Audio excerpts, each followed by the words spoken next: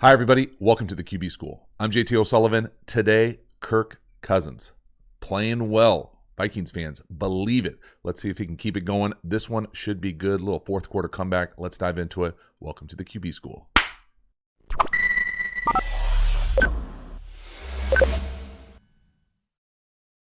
All right, first one here, 3rd and 8, inside the red zone. We're going to shift the back in. We're going to get 5-man pressure. Close to 0 here, a little middle field thief player, but great job. Play design here. We'll talk about execution, quarterback, 3 plant, let it rip. Nice job taking advantage of the middle of the field without any sort of middle field deep player. Again, you can watch coming from left to right, let it rip, on time, accurate, strikes down there all day for Kirk Cousins in the red zone. Really nice job. Thing I really enjoyed about this play is the play design as far as we motion the back into the backfield. And what's going on here is we're just running a simple post, however you want to describe it, bang 8, skinny, post, whatever. The thing to pay attention to for me was when the back shifted back, he could have very easily come on this side. It would have left this player over here. They bring him all the way over to this side, take advantage of this player has him in 0 coverage. We're rushing 6, 1, 2, 3, 4, 5, 6. Backs right here. This is that decision defensive coordinators have to make. Are they going to green dog, meaning add into the pressure, or are they going to let this player stay in the middle? Well, because the back's over here and he's got him man-to-man, he's not in any sort of window to be able to help with this post. So it's that age-old question. You're going to green dog, you're going to add on, you're going to leave him in the whole area. You can see it play out right here. Post down here to the bottom of the field. You can see that guy, the linebacker, has the back. He's drifting to the opposite side. It makes that window even bigger. That's offensive architecture. Love seeing it. From the quarterback position, 1, 2, 3, no heel click, let it rip, all your cleats in the ground. Boom. Timing, really nice. Tight windows in the red zone. Love it. One more time from the backside. You can see that window. The window's already there, right? On the left-hand side. I mean, if there was any space you would attack, it would be right down the left hash. But watch that linebacker move with the back. Just subtle little details on how these things are put together. Check that ball location. Where do you think it is? Boom. Love it. All right, good start. Next one, 3rd and 8. This is a tough sack, fumble, touchdown. Again, we're shifting the back in. Man-to-man. Middle field closed. Man free, rushing 5. Really only one opportunity for where this ball should go. And for me, to the life of me, I can't tell you why he doesn't throw it. There aren't a whole lot of good options besides the number 2 down here to the boundary, being able to run this little quick out. And I like the construction of the play. You can see he's manipulating the back for a reason. They run a little stunt inside. Right guard doesn't get enough depth out of his pass set to be able to pass this thing off. And sure enough, the picker gets the sack. There it is. Nice job. When I'm talking design here, I'm talking the idea being that there's really only so many ways you can go here. We get a quick out by the number 2. Meaning he's going to come out and run this quick out. Normally, you'd say that's pretty good cushion for a quick out. You're going to get some sort of release up. He's coming into this area, so you really get kind of like a pick by this number 1 coming out of here, and then you come out and run this thing right here. And that's where the ball has to go. Can't tell you why it doesn't come out on time, whether he can't see it. I can't tell you that I've thrown enough of these, the squeeze formation is the new old thing in the league right now. You see the Rams doing it all the time, Ben doing it all the time. For me, there's a lot of benefits to being able to do it. Drop back quick outs aren't one of them for me. And now maybe that was because, how tall I am, 6'1" and 7/8. That was a rough day at the combine. But to be able to see this throw, and I'm assuming Kirk Cousins is taller than I am, it's tough right here because there are guys in your face as opposed to throwing quick outs from the outside. You all should already know how I feel about quick outs to begin with. But you can see that whatever reason, there is no option other than that right there. That quick out has to go down here. You throw it to the bottom of the 30, let it rip. It's open. That's open. That's where the ball has to go. It looks, for whatever reason, it's,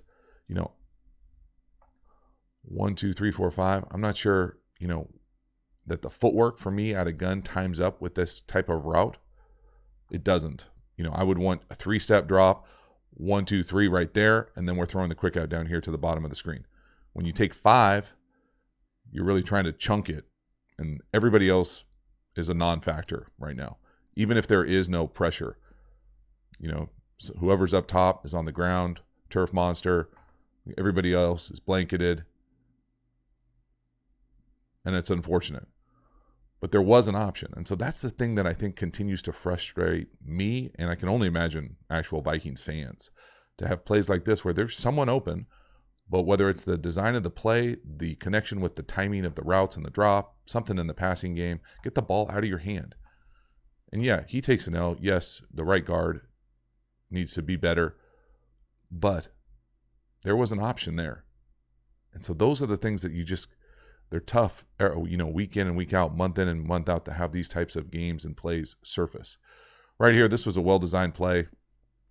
You don't see a whole lot of fake toss play action from the pocket. Nice route, obviously, Justin Jefferson getting it done, coming into his own. Again, watch the play action here. You're going to fake toss. Usually you boot out after this, but this is straight play action, drop back. Love climbing in the pocket. Not a perfectly thrown ball, but good enough. Great job.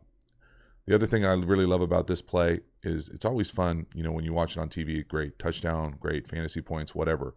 But are there other options? That's when you start talking about offensive architecture. Where would the ball have gone if the first option wasn't there? So first thing here, this little whip route, he turns, I think, to his outside shoulder. Normally you see guys come in here and turn to the inside. Doesn't matter. In here, out, that's 1. Right here, we're coming across 2.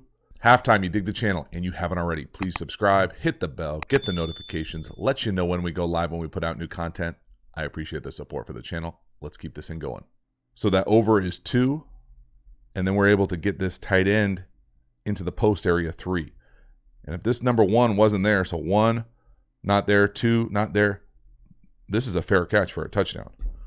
That's what I love to see when I'm talking about well-designed plays, offensive architecture. This is the type of stuff that pops up. Now, yeah, he gets picked, but there's still a great opportunity. Nice job. Fighting for the release by the tight end, staying alive. Quarterbacks, coaches are watching that to see guys fight, see how the scheme evolves, where there are other options to learn from. But as far as pure quarterback fundamentals from the pocket right here, fake toss, play action, love climbing up in the pocket, 2 hands on the ball, let it rip off platform, touchdown. Beautiful. Come back with a really important 2-point conversion here. So this is an RPO, little, whatever you want to call it, spear screen, arrow screen. I like how they get there as far as motioning, shifting down to a pseudo bunch on the top of the screen. You will watch it here and then talk about it. It's just a variation of zone read. Again, big time play, ended up being an extremely meaningful play. There's a lot of nuance going on here that we will talk about. They are reading the right defensive end. They get the look that they want, nice execution, but as far as, they really probably would have had the conversion handing the ball off too. There was just a touch of things talking about exactly how they get there. Again, there's so many bumps and rubs that go on in the league or in man coverage at high levels of football. Pausing this thing right before we snap it. Lots going on here, right? RPO. First thing let's talk about is who we're reading. We're reading this defensive end. So we are running zone this way, and that's really the read for the quarterback. If this defender comes in, takes away the run, then we're going to run a little flat with 2 picks. Pick, pick. Nice play. Things to pay attention to besides just that is this is a very important block. This is not an accident split. So he's in there to block the force defender, whether he thinks it's here or here. And in the red zone, it's almost always the safety. Although you make the argument the guy playing in the middle of the logo is not going to get there regardless. So he makes the decision to come in here to get this safety. When he does, this is man-to-man. So he's going to follow him, and then he's going to be in the hole. So again, this is an intentional decision. What is your split? If you're out here, makes that block on the safety a little harder. Does he walk out with you? Does he not? But when you make this decision as a wide receiver, I'm going to go in and get the safety. He does a great job coming in here, seeing his run, and coming off and meeting him in the hole. So those are the types of things I love to see as far as intentional decision, how plays are constructed. Again, watch that corner down here at the bottom of the screen. The safety thinks that he's running a shallow. He's running with him like he's running a shallow cross. They're running some variation of brackets. You can see him running with the safety on the middle of the K. He's running with that shallow, but it's a run. So just imagine if that corner wasn't there, if he was blocking that corner, that safety would have to come up and make that collision, keep that guy out of the end zone. So again, now we're just reading the top defensive end on the right. Comes down, we come off. Nice. This is just zone read without the run. The run is the flat. Love seeing these kind of well-constructed plays, RPOs at the highest level. Pseudo rubs or picks out there. Just a really nice job on a gotta-have-it play. These are the must-win games plays. Games on the line, what are you going to call right here? NFL teams, dialing up RPOs. Check out the double teams. We're double teaming both tackles up to the linebackers. Boom.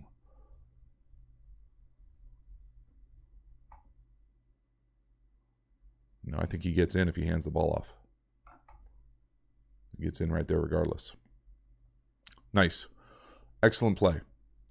Next one here, game winner. 50 seconds left, 2nd and 10 on the 10. Little BB Love redemption tour. We get triple slant up top. We get BB down here taking what I'm going to call just like a seam route. I think it's just a seam. It gives him a little stutter. To me, this is a defensive breakdown on the back end. I think they're running some variation of brackets. 31 lets down his boy. Great job by Kirk being able to see it, though. Again, ball location, high back 5. Timing. And that's wide open for... Again, look at the ball location up. Give him a chance. Really nice job. Scheme-wise here, this is almost too easy for a game winner type situation. Empty 3x2. They had some success in empty. Now, for me, when I'm talking brackets, there's any different iteration of how you can play, whether you want to call it cover 7, whatever it is, to you. But in essence, these two safeties are doubling one of these players. It can be here. It can be here. It can literally be anyone. For the purpose of this play, I'm going to say it's right here. And I think he just lets him down. Whether he gets lost chasing the number 3 over here or what. It looks like here, we're going here. This is where it gets confusing, especially in the red area. But right here, I can't tell you what he's taken away, what he's trying to do, other than not play much longer.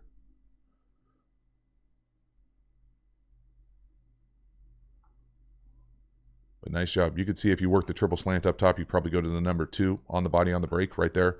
Boom. But again, that's a catch and collision. Just really nice vision. Big time win, come from behind, battling. Nothing easy about it. I don't care who you're playing. Great job, vision right here, being really efficient in the red area. Love the ball location, accuracy. Good stuff. All right, that's a wrap. Kirk Cousins, the Vikings, putting together a nice fourth quarter comeback against the Panthers, overcoming some really rough fumbles, turnovers early in the game to be able to battle back. Justin Jefferson coming into his own, and all sorts of things kind of going in the right direction right now for the Vikings. We'll see if they can keep it going. Thanks so much for making it to the end. I will see you next time. Have a good one.